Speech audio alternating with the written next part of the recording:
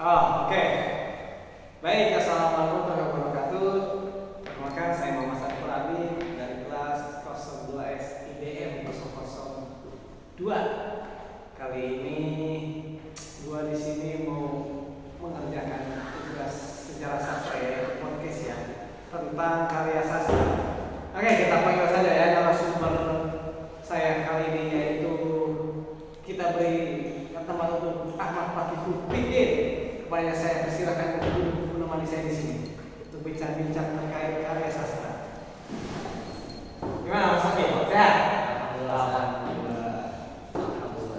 Gimana nih Mas Fakih? Saya perkenalan dulu Mas Adi. Iya, silakan.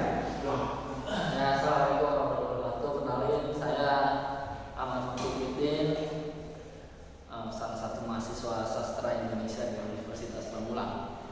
Sekiranya begitu cukup Mas Adi kenalannya. Oke, Mas Fakih. Menurut Mas Fakih nih ya, zaman sekarang. Tapi ntar dulu nih, saya mau nanya nih kenapa saya diundang nih? Oh, Ada apa? ya, menurut saya Mas Fakih ini cocok lah untuk dijadikan langsung saya yang terkait karya sastra, karena kan Mas Fakih ini juga saya ketahui juga seorang seniman juga kan. Ya, Sering enggak. ya, Ya, seniman dulu sejauh levelnya. berikan ya. Hanya ya, tergelum di dunia seni. Ya, karena kan sastra juga sering juga termasuk karya sastra kan. Misalnya tulis atau cerpen segala macamnya, lagu. Nah, yang saya mau tanyakan itu sejauh apa sih sampai saat ini menurut Mas Fakih itu sastra, karya sastra dari bidang seni itu menurut Fakih itu sampai saat ini tuh kayak gimana gambarannya? Gambaran maksudnya karya sastra untuk saat ini. Iya. Di mana di kalangan masyarakat atau di mana? Di kalangan masyarakat atau anak muda lah, Untuk sekarang di zaman sekarang zaman sekarang, khususnya di seninya lah, di seninya ya. seni musik atau seni apa? Kalau disclaimer dulu nih Mas Ade. Ya. Kalau seni musik mungkin lebih ke arah kesenian musik. Mungkin kalau misalnya bicara soal seni sastra mungkin literasi seperti puisi, novel atau apa atau drama gitu ya, ternyata masih masuk di sastra kan. Kalau menurut saya di zaman sekarang melihatnya itu peminatnya kurang sih ya. Tapi kalau misalkan di lingkungan kita banyak peminatnya. Setiap malam Rebo itu kan malam Rebo malam Kamis ya, ada komunitas di Pamulang juga gitu ngadain malam puisian. Itu kan bisa juga untuk membangkitkan karya-karya sastra gitu. Masih ada yang lestarikannya lah gitu. Menjaga dan Iya, melestarikan masih ada baca puisi tentang apa. Tapi kalau untuk literasi sastra yang membaca novel mungkin banyak ya. Tapi kalau lihat zaman sekarang kayaknya novel tuh udah menurun peminat bacanya kalau menurut saya. Tapi nggak tahu kalau misalkan ada by data yang pembaca novel itu meningkat, mungkin bisa juga beda dengan zaman dahulu gitu ya. Mungkin bisa karena pengaruh teknologi ataupun apa gitu Mas Ade. mungkin karena ya pengaruh media sosial. Ya pengaruh media sosial bisa karena peminatnya jadi berkurang. Atau bahkan media sosial juga bisa menjadi wadah untuk karya sastra itu mungkin ya. Bisa media sosial itu bisa menjadi wadah untuk kita menaruh ide karya sastra kita. Misalkan taruhnya di Twitter, kita diskusi kita di Twitter, atau naruh ada kan salah satu link Wattpad ya, Wattpad kita punya misalnya punya cerpen yang taruh aja di Wattpad. Terus juga karena saya lagi belajar ini ya desain dan penerbitan gitu sama Pak Zaki kan. Pak Zaki kan kita dapat tugas kita bikin suatu cerpen. Nah itu bisa dimasukin ke link ID, link.id. Nah di situ karya-karya kalian itu bisa diperjualbelikan. Oh, dipublikasikan Dan ya. tulis dan kita dapat cuan juga. Mungkin untuk teman-teman yang mencari duit tambahan di bidang kesenian dan sastra itu bisa juga dimasukkan ke dalam website namanya link.id. Itu berarti khusus karya-karya sastra berarti ya, kebanyakan itu ya. Ya dijualbelikan, tapi dalam bentuknya itu file. Ya dalam bentuk file. Website juga bisa kan? Berarti di situ tergantung rating si pembaca atau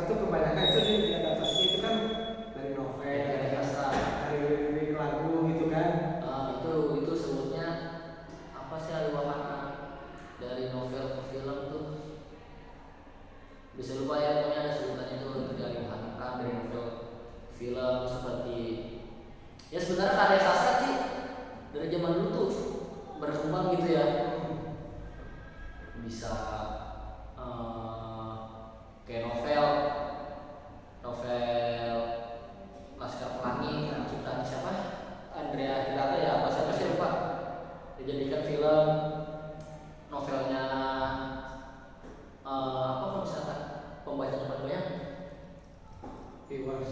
ya pokoknya iya novelnya pembacanya tingkat Oh, bestseller. novelnya bestseller, filmnya pun juga bestseller, banyak yang nonton juga, jadi sama-sama diuntungkan baik di dunia sastra maupun di dunia perfilman. Bagus sih, dari novel diangkat ke film, dari cerpen nggak banyak yang ngomongin karya-karya sastra. Tuhan izinkan aku menjadi pelacur, dijadikan film. Maksudnya dari segi pembelajaran juga, Iya. nasihat-nasihat yang tersimpan juga gitu kan. Tapi kan rata-rata yang ada di novel itu kan hampir nggak mirip 100% kan ya. Fiktif lah ya. Iya. Tapi memang kalau misalkan, tapi tergantung dari pembaca sih. Kalau menurut saya lebih enak membaca novelnya daripada menonton filmnya, karena apa?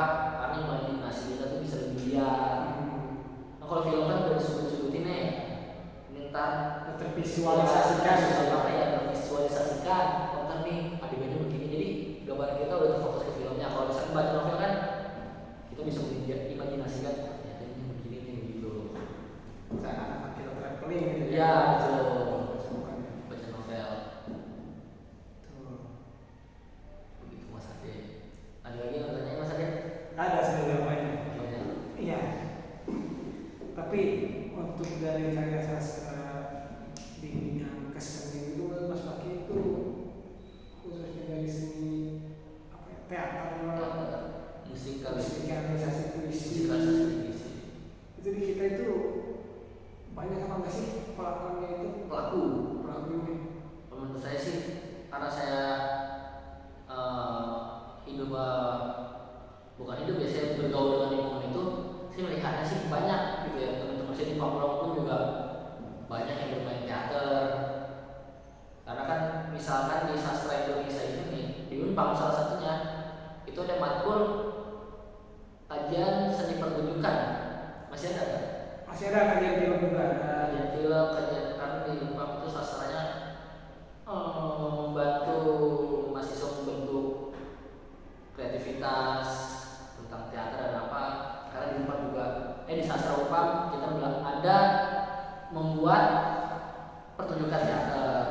Yang kemarin Ya, Berawatan, nama acaranya itu Berawatan, drama warisan tahunan. Banyak pelakunya deh.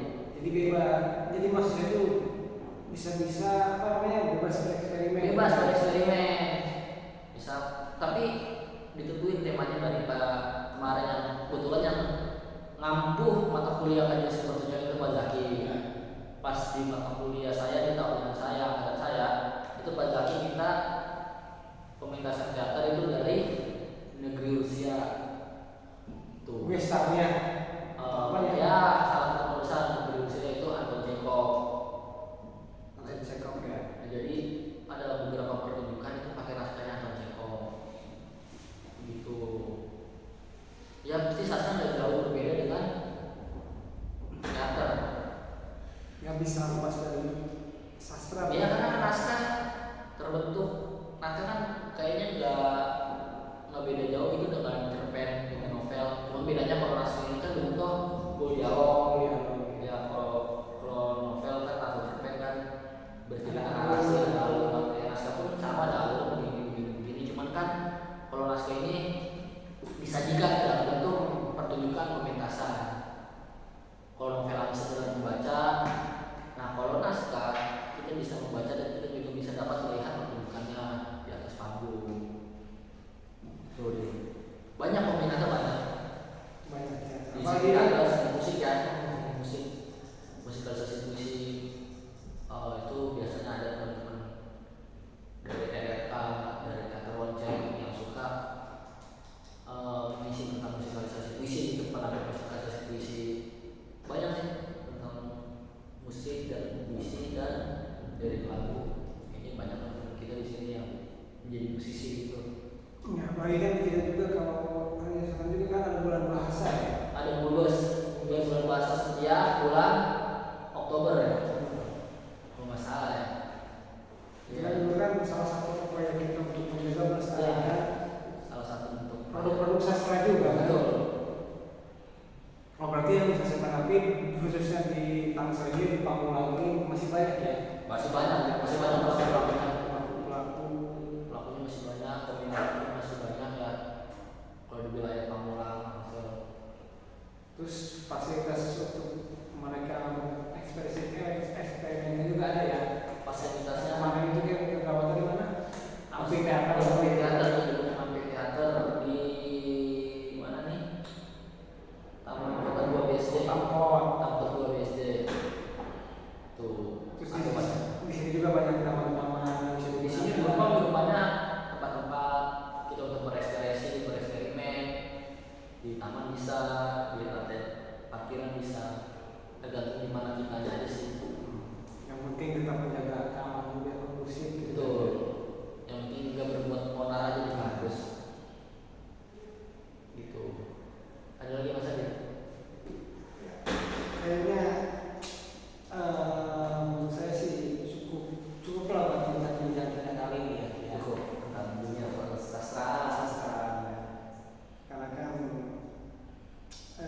kita juga kan nggak bisa ya lepas dari yang namanya. Ya kayak sastra juga kita kan menikmati ya, ya terlepas dari itu kita nonton hiburan atau apa, film apa, mendengarkan lagu apa, baca puisi apa, itu kan termasuk Sastra.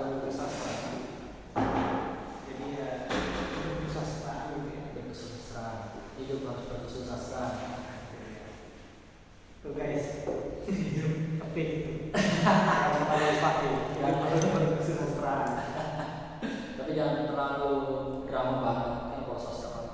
Aku ingin menjadi begini. Ya santai aja.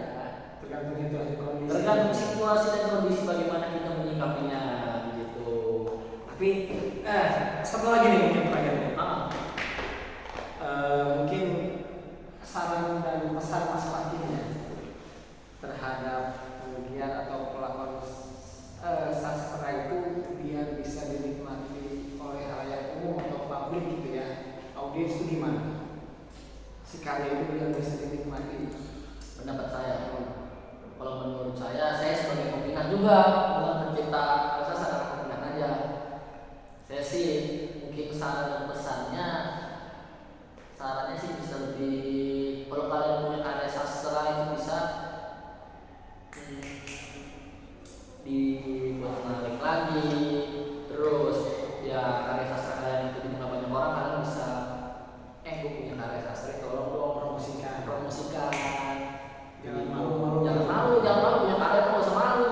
Kalau malu kapan majunya? Harus diekspos, harus nge-branding diri dulu.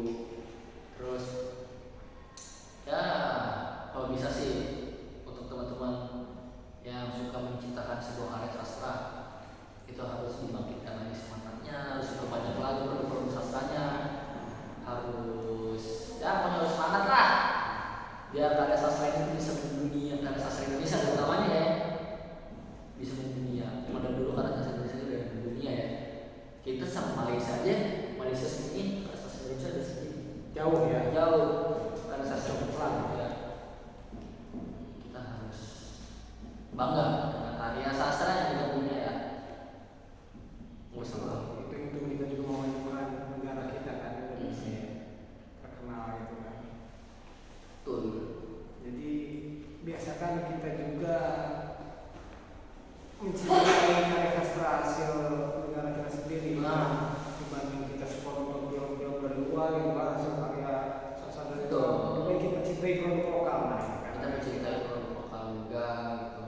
Membantu ya warga-warga di sekitar kita, pilihan sastrawan asal-asal kita gitu kan, mereka supaya bisa menjaga bertahan hidup gitu kan, ada yang buat apa ya, namanya kayak hidup itu biar lebih terkenal gitu kan ya. Jadi kita memperkenalkan, lebih baik kita memperkenalkan